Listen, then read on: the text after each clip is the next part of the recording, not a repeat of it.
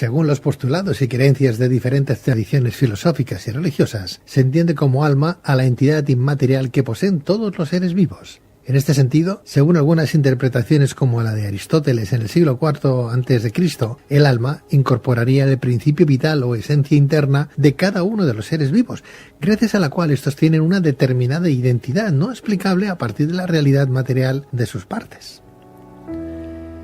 Asimismo, de acuerdo a la tradición cristiana, gracias al alma, el ser humano tiene instintos, sentimientos, emociones, pensamientos y decisiones libres y puede desarrollar la autoconciencia. Pero, ¿existe un alma del mundo? ¿Cuál es la tarea del alma individual o humana? ¿Qué vínculo podemos establecer entre el alma y el karma? ¿Cuál es el lenguaje del alma? ¿Cómo podemos comprenderlo?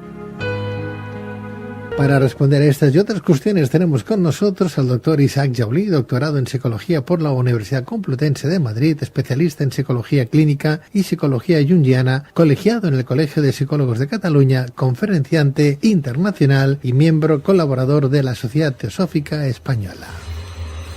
Doctor Isaac Jaulí, buenas noches. Hola Pedro, buenas noches, ¿cómo estamos? Bien, encantado de saludarte, qué gusto escucharte, querido Isaac. Hemos hablado del alma individual, pero hay un alma del mundo y no hablo de un alma colectiva, hablo del alma del mundo como mundo. Sí, yo puedo hacerte referencias en varios casos, por ejemplo, en el caso de Pablo, San Pablo, que dice, estamos contenidos en aquello que podemos llamar... ahí le menciona a él como Dios, ¿sí? De eso emanamos, en eso vivimos y a eso volvemos.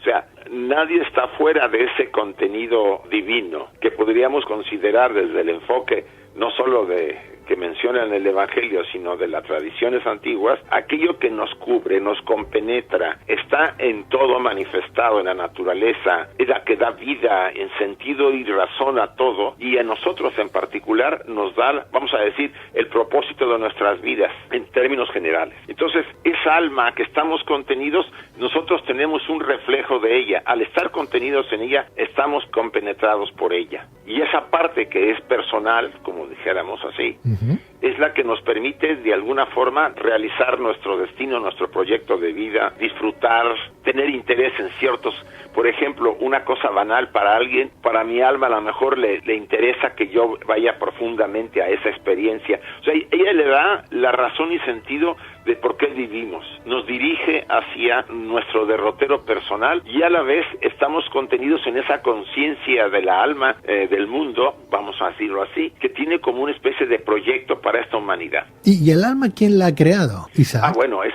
una parte que emana del logos. ¿Sí? O sea, desde el enfoque de la tradición antigua hay tres logos. El primer logos, el logos oculto. El segundo, la emanación de la unidad, que emana espíritu y materia. Ya ahí ya está emanando. Y en el tercero, espíritu, materia y la mente, Mahat, que le llaman en la India. Entonces, esa alma emana de esa trinidad, de esa fuerza, de esa energía que ha generado el cosmos, porque el alma viene a ser una especie de recipiente. Siempre pongo el ejemplo de la famosa copa del Santo Grial, ¿no? La copa contiene lo eterno, al espíritu, y desde el enfoque individual hacia el enfoque también universal o cósmico, es ese velo de una materia tan sutil, pero a la vez tan espiritual, que le permite a lo espiritual manifestarse a través de ella en los diferentes planos del cosmos. Háblame, por favor, porque Perséfone creo que habla del alma y Deméter también habla del alma, ¿no? Sí, el mito es muy bonito. Bueno, ese es uno de los dos mitos que para mí siempre me han interesado desde el enfoque del alma. Hay otros, sí, pero en estos sabemos más o menos la historia de que el mito se desarrolla cuando Core, que es la hija de Deméter y Zeus, estaba en el jardín de las Hespérides, en el Olimpo, paseando, y de repente observa la flor esta del narciso, y en el momento en que ella la está viendo su belleza, surge de las profundidades el carro de Hades, y la rapta, se la lleva. Esto parecería sorprendente, pero había un arreglo ahí un poco oscuro entre Hades y su hermano Zeus para llevarse a Core. Y Core es llevada y Hades no solamente la viola, se queda con ella en las profundidades. ¿Qué pasa? Deméter, que es la madre, la empieza a buscar y al no encontrarla pide ayuda, le pregunta a varios dioses y uno de ellos, el Sol, le dice que ha sido raptada por Hades y ella va ante Zeus y le dice, si yo no tengo a mi hija aquí nuevamente, yo secaré la tierra, porque Deméter era la madre de la naturaleza, el germinar de los cereales, etcétera, etcétera. Y Zeus se asusta un poco porque dice, ¿con qué van a ofrendarnos los humanos si Deméter seca la tierra? Entonces manda a otro de los dioses, a Mercurio, a pedirle a Hades que regrese ahora ya no es Core, ahora se llama Perséfone, la belleza oscura de las profundidades, se le puede llamar así. Y no teniendo otra opción, Hades regresa a Perséfone, pero antes la hace comer de una granada, para que pase un tercio del año en las profundidades y 2 tercios en el Olimpo.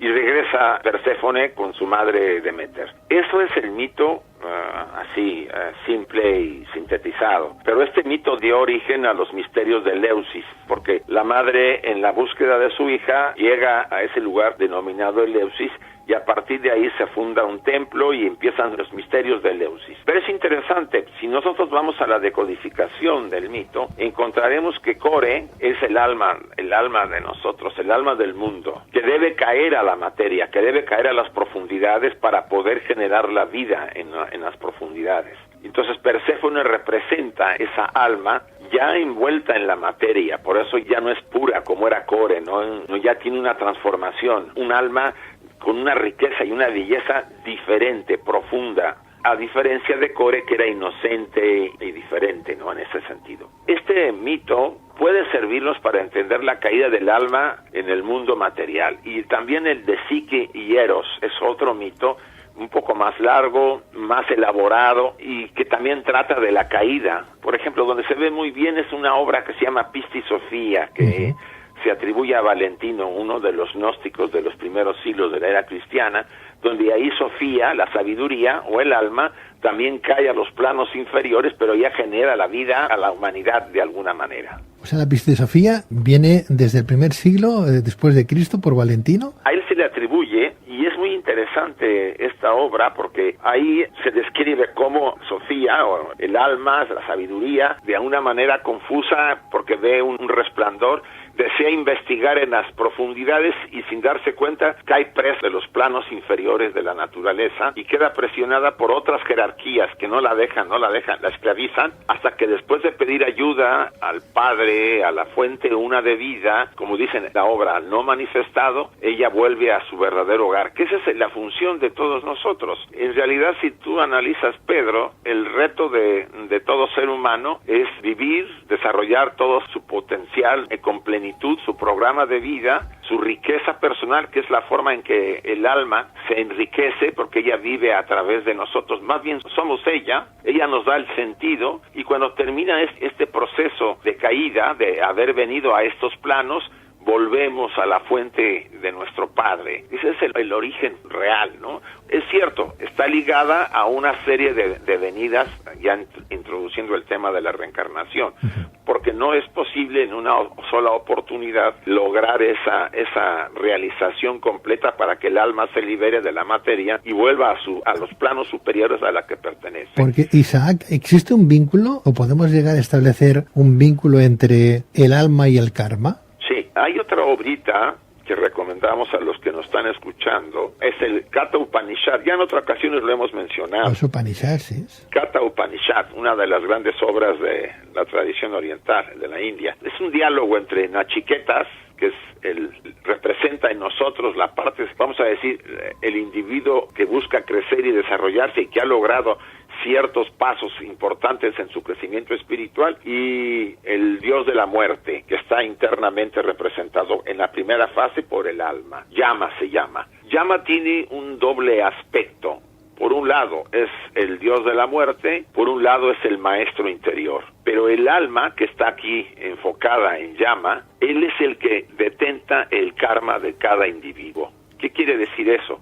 Él dosifica en nuestra vida tanto el karma maduro, que así se le puede llamar, el que no podemos evitar pasar por él, como el karma que puede ser pospuesto. es como el que indica, a ver, este individuo soportará esta dosis que necesita para aprender ciertas lecciones. Nacerá en cierta familia, bajo ciertas condiciones, en cierto país, etcétera, etcétera. Todo eso es a nivel individual, porque esa parte del alma es la que, vamos a decir, dirige y guía nuestra vida cuando entramos en estos planos. O sea que entonces sí que podemos llegar a establecer ese vínculo, ya no solamente el alma con el universo, con otras almas, con el mundo, porque formamos parte de esa misma sustancia, sino que además ese alma está comprendida también en el trabajo que venimos haciendo. Hablamos del karma como del dharma, de las enseñanzas que adquiere durante el proceso de la vida. Sí, fíjate que aquí me gusta mucho el ejemplo que dice Plotino, este neoplatónico. Sí. Él dice que somos como una gota, un microcosmos, una gota del mar de la vida. Representamos en pequeño todo el universo. Dentro de nosotros, decía Clemente de Alejandría en una de sus obras, están no solamente las jerarquías divinas, los dioses, sino una pléyade de vida enriquecida en cada ser humano, animales, etcétera, porque somos esa porción pequeña, pero siempre una de la vida una que está compenetrando todo el cosmos. Y lo interesante de eso es que cada vez que esta gota regresa al mar, cuando ha cumplido su función, o sea, cuando el alma puede retornar a su hogar, aporta riqueza a todo el mar. No solamente ella lleva la autoconciencia lograda en todo este periodo de encarnaciones, sino que ayuda a que la totalidad crezca, sea más autoconsciente, y eso nunca lo perderemos. Por consiguiente, ya no solamente hay una relación muy estrecha entre alma, karma y dharma, sino entre alma y almas y el mundo, o sea... A un lado, acuérdate cuando se dice que somos todos hijos de Dios, hijos de la fuente, sí, que todos somos hermanos. Es obvio que a nivel físico no lo estamos diciendo, aunque de alguna manera podríamos también hablar de ello. Estamos hablando a nivel del alma, de la parte interna. Ahí no hay diferencia, porque es la misma alma reflejada en todos, salvo que cada uno de nosotros ha aportado por las vidas anteriores diferentes grados de experiencias y por supuesto cada quien tiene diferente grado de madurez. Claro, y entonces el lenguaje del alma, ¿cuál es? ¿Tiene que ver con nuestra personalidad y nuestro sistema de creencias? Sí, se adapta. Fíjate que uno de los medios para poder entender un poco sus inquietudes o la forma en que ella se mueve son los símbolos, ¿sí? El simbolismo es una de las claves para entender las necesidades, los deseos, las rectificaciones que el alma desea que nosotros llevemos a cabo. A veces en los sueños podemos tener, vamos a decir, mensajes claros y definidos de lo que el alma está pidiendo y nosotros estamos, por supuesto, tratando de vivir en parte haciendo lo que nos da la gana. De ahí que a veces ella utiliza varios niveles de llamados, si podemos llamarlo así, ¿no? Nos dice, atiende esto por favor, estás haciendo ciertas actividades que no te corresponden según tu proyecto, vamos a usar así el lenguaje de esta manera, y para eso te mando este símbolo, este sueño donde yo de alguna forma quiero decirte que lo veas y rectifiques, ¿sí? Es la primera forma, a veces muy suave, que nos envía, ¿no? Algunos obstáculos. Estamos queriendo hacer un proyecto y hay obstáculo tras obstáculo para que ese proyecto no se realice. Ahí deberíamos detenernos después de haber hecho quizá 2 o 3 intentos, porque probablemente está diciendo no es por acá, haz cambios y dirige tu vida hacia otro. Por supuesto, usa símbolos, ¿no? El obstáculo es un símbolo que lo puede cristalizar en un problema económico o en una persona que no permite hacer cierta actividad. O sea, siempre va a haber imágenes. El alma se alimenta mucho de las imágenes. Y eso hace que constantemente, cuando se comunica con nosotros, utilice el símbolo y la imagen. En otro nivel, tú y yo en algún momento hemos hablado de las sincronicidades. Las sincronicidades, aunque fue plasmado por el doctor Jung en un librito, hay otro librito que yo recomiendo a los que nos escuchan que se llama Sincrodestino del doctor Chopra. Sí. Ahí habla más o menos, un poco más claro, porque Jung siempre es un poco más complejo, de la relación entre la psique y el plano material. De repente tú un día te encuentras a una persona 7 veces, vamos a decirlo así. Sí. Dices tú, bueno, pues aquí algo me quiere decir la vida, porque este señor me lo he encontrado en diferentes lugares varias veces y ni él ni yo habíamos considerado hacerlo, ¿no? O sea, a veces utiliza eso, o a veces tienes un sueño, eso a mí me ha ocurrido, y al otro día se cristaliza en un hecho, por ejemplo, ¿no? Y una vez soñé en una montaña, en la K2, esa montaña que está en Kashmir, y al otro día prendo la televisión y aparece la montaña. A mí me impactó. O sea, algo quería decirme la parte interna respecto a ese símbolo. Y así se puede reproducir. A veces, bueno, ya cuando va un poco más seria la llamada, porque no le hacemos caso, porque estamos tan distraídos, perdidos en nuestros mundos personales, como nos ocurre casi a todos, entonces recurre pues a las experiencias, ¿no? Viene un accidente, o una enfermedad, algo que pierdo, o algo que me pasa y yo no puedo controlarlo y es grave. Y va aumentando hasta que de repente pues viene una enfermedad grave. Ya ahí ya el alma no está para discursos ni para decir más.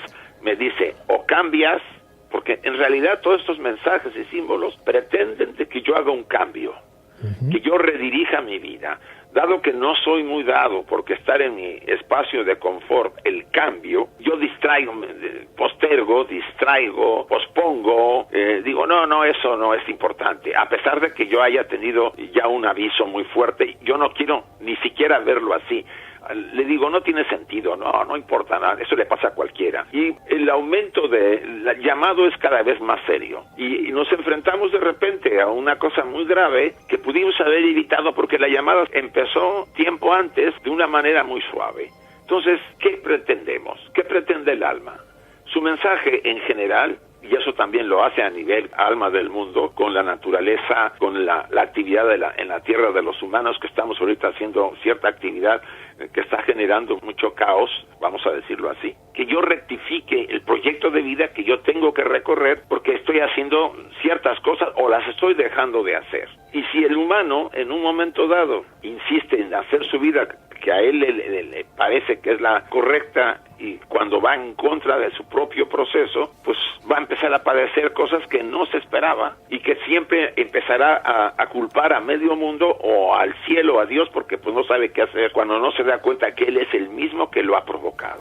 O sea que de alguna manera el alma nos da mensajes que nos llegan en diferentes niveles. Sí, Pedro, y nos llegan a veces de una manera constatataria, a veces es tan fuerte que dice uno, bueno, aquí tengo que hacer algo.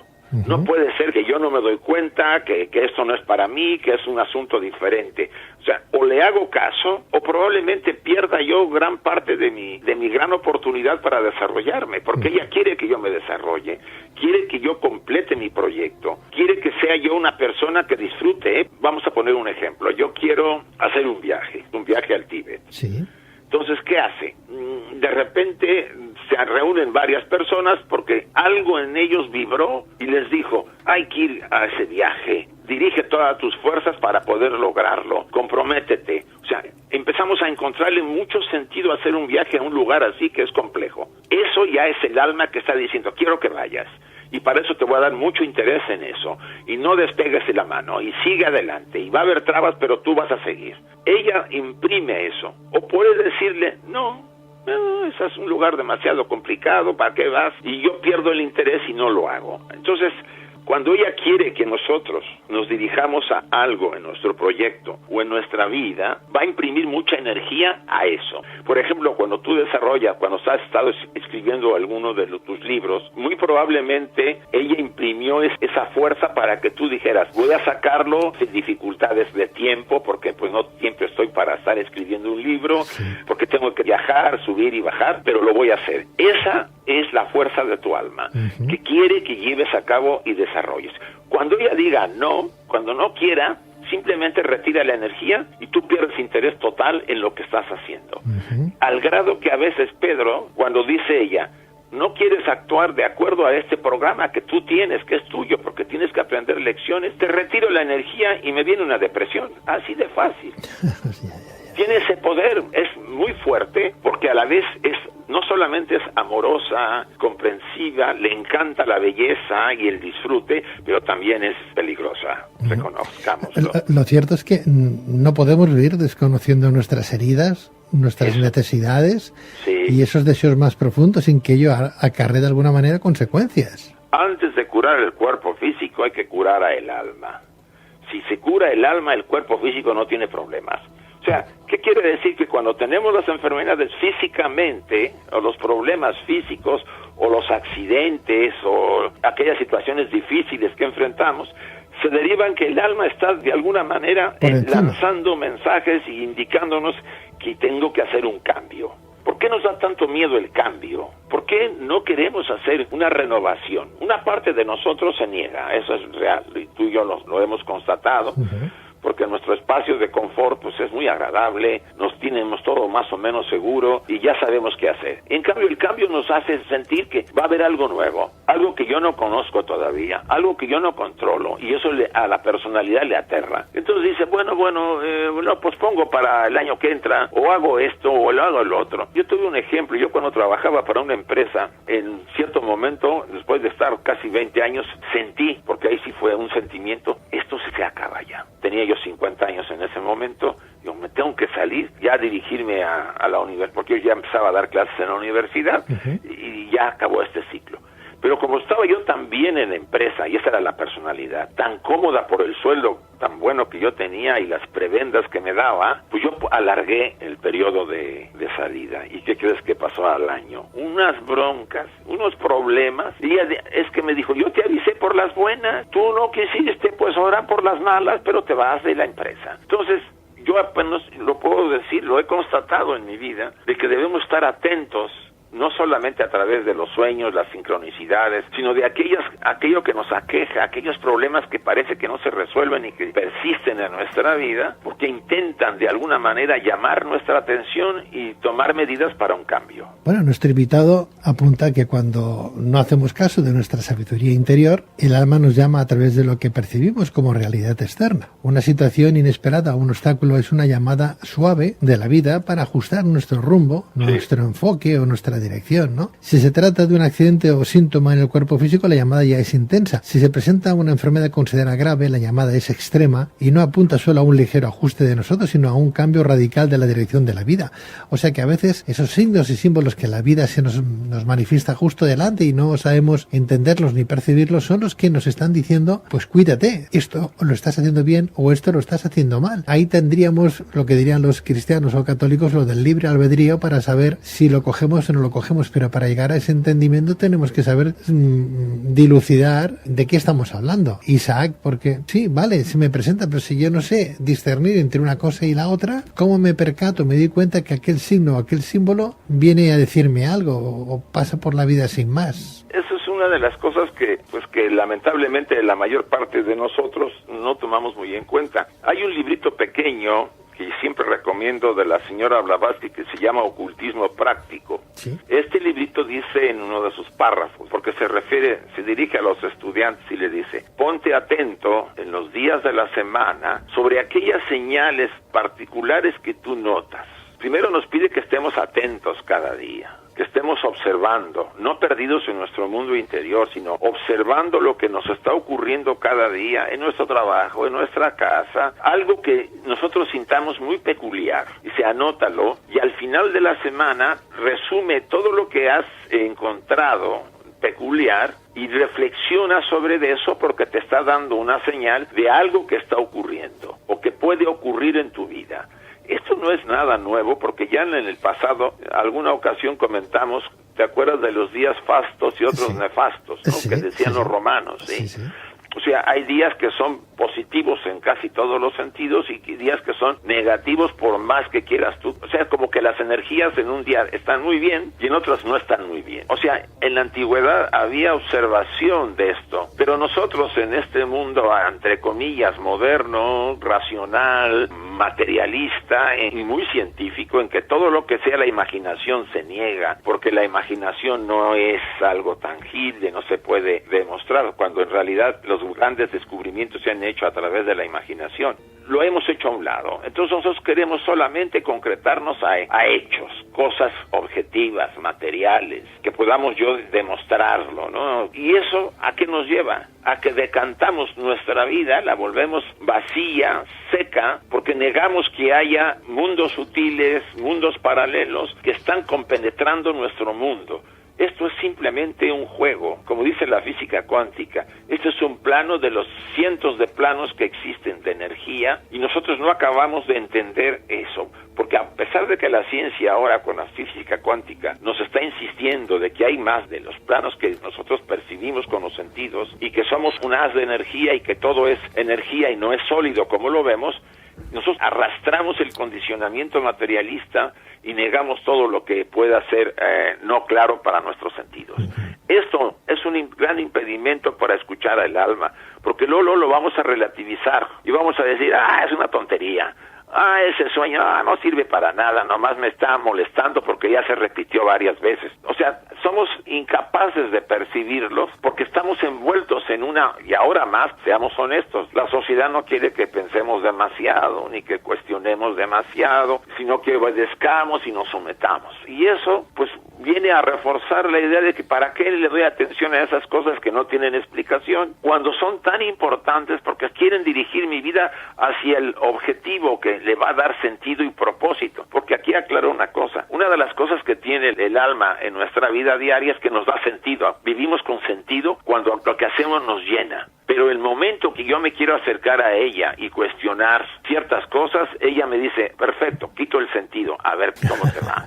Y nos deja fritos, Pedro, fritos, claro. Porque ya no encontramos ganas ni tú de hacer un programa, ni yo de escribir un libro, ni dar conferencias, porque algo no está ajustado. Y ella lo usa para que yo reaccione y le ponga atención.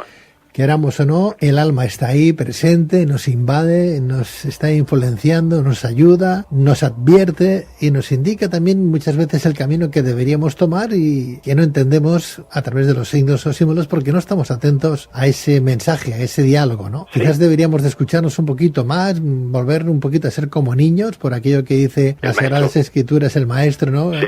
Habrá que convertirse como niño si quieres entrar en el reino de los cielos, hacerte pequeñito, ¿no?